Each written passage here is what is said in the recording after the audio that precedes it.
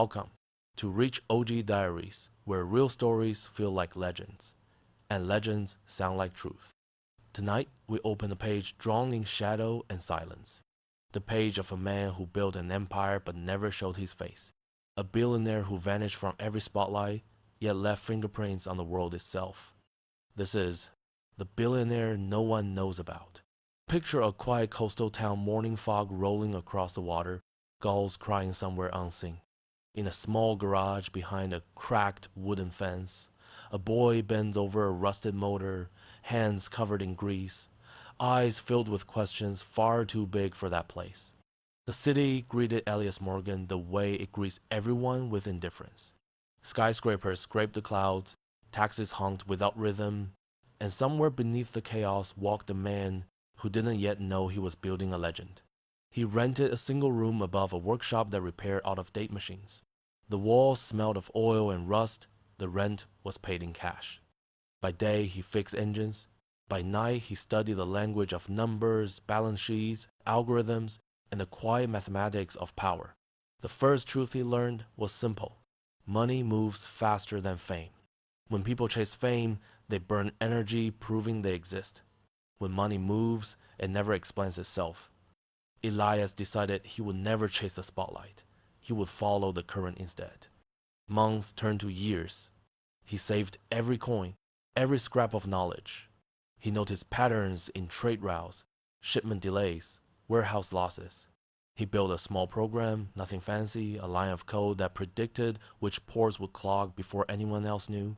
He sold that algorithm to a shipping company under a borrowed identity. The payment arrived in an anonymous account he opened using an old laptop and a coffee shop Wi-Fi signal. That was the beginning. The city had never heard of Elias Morgan, but it was already running on his math. Soft piano motif, faint graphite strokes, sketch cranes, and cargo ships. With that first success came a hunger not for wealth, but for control. He founded another firm, then another, each under a new name. He was the ghost partner, the unseen shareholder, the whisper behind 1,000 signatures. And with every hidden success, he withdrew further. He stopped taking photographs. He used no social accounts. He paid only in cash, spoke little, and listened more. He discovered a strange kind of peace in invisibility. Piano fades into the low sound of wind through skyscraper alleys. Still, he was not lonely. In the silence, he found room to think. He began writing rules in a small notebook, his private code of conduct. Asterisk. Never attach your name to your work. Never spend what you haven't earned twice. Never let noise replace knowledge. These became his commandments. Years passed, and the algorithmic shadows he had created quietly ruled global logistics. When ships moved, when cargo shifted, when markets rose or fell, somewhere in that tangle of data, a line of his code blinked like a heartbeat. Music swells briefly, then softens. He was 29 when he realized that anonymity wasn't hiding, it was armor. Every secret leaves a paper trail, even when the paper is digital. In another part of the city, a journalist named Lena Vale sat before a cluttered desk, coffee-stained nose, half-charged recorder, piles of financial statements. She had been chasing a pattern no one else cared about. Anonymous donations that arrived moments before companies collapsed or charities were saved. She traced one payment to a warehouse renovation, another to a failing newspaper, another to a university grant, all different names. All identical signatures in the metadata, a single character, the letter M.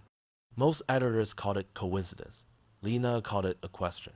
For 6 months, she followed that letter through shell firms, offshore accounts, and encrypted transfers. Each layer peeled back revealed another. Each answer created 2 more. Until one night, while combing through maritime records, she found an address repeated across different documents, a quiet coastal property registered under an old company that no longer existed. The owner of record, Elias Morgan Engineering, LLC. She leaned back in her chair and whispered, "Found you." Sound of waves rises slowly. Morning came gray and windless. Lena drove north along the coast, the road curling like pencil lines drawn by a steady hand.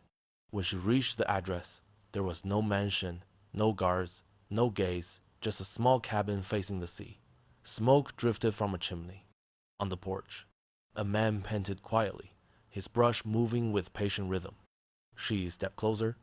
"Mr. Morgan?" she asked. The man didn't look up. "Depends who's asking." "I'm a reporter.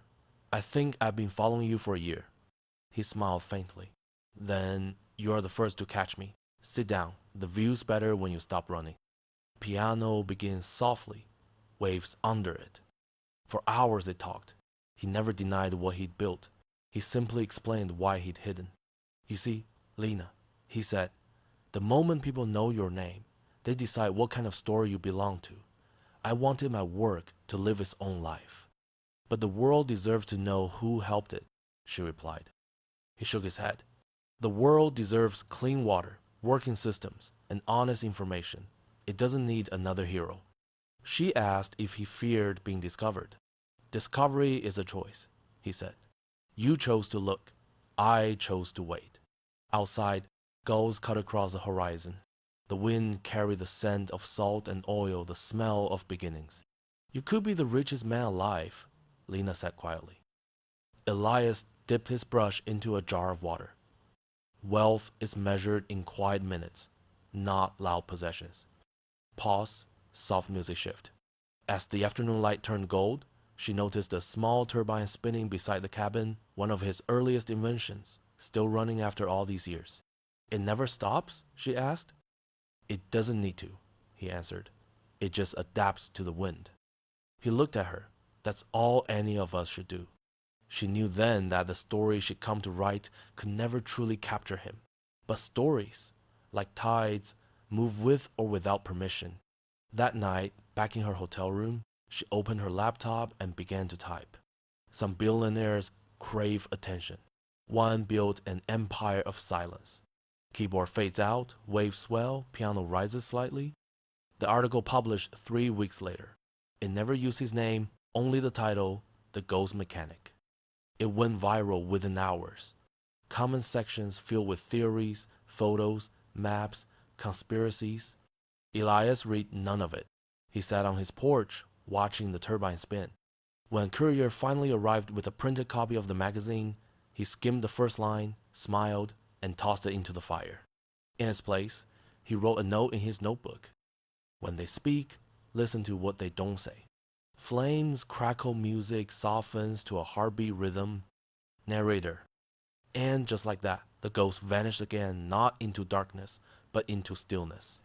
For some, anonymity is absence. For others, it is freedom. Music fades into quiet surf. Thanks for watching. Like and subscribe Rich OG Diaries.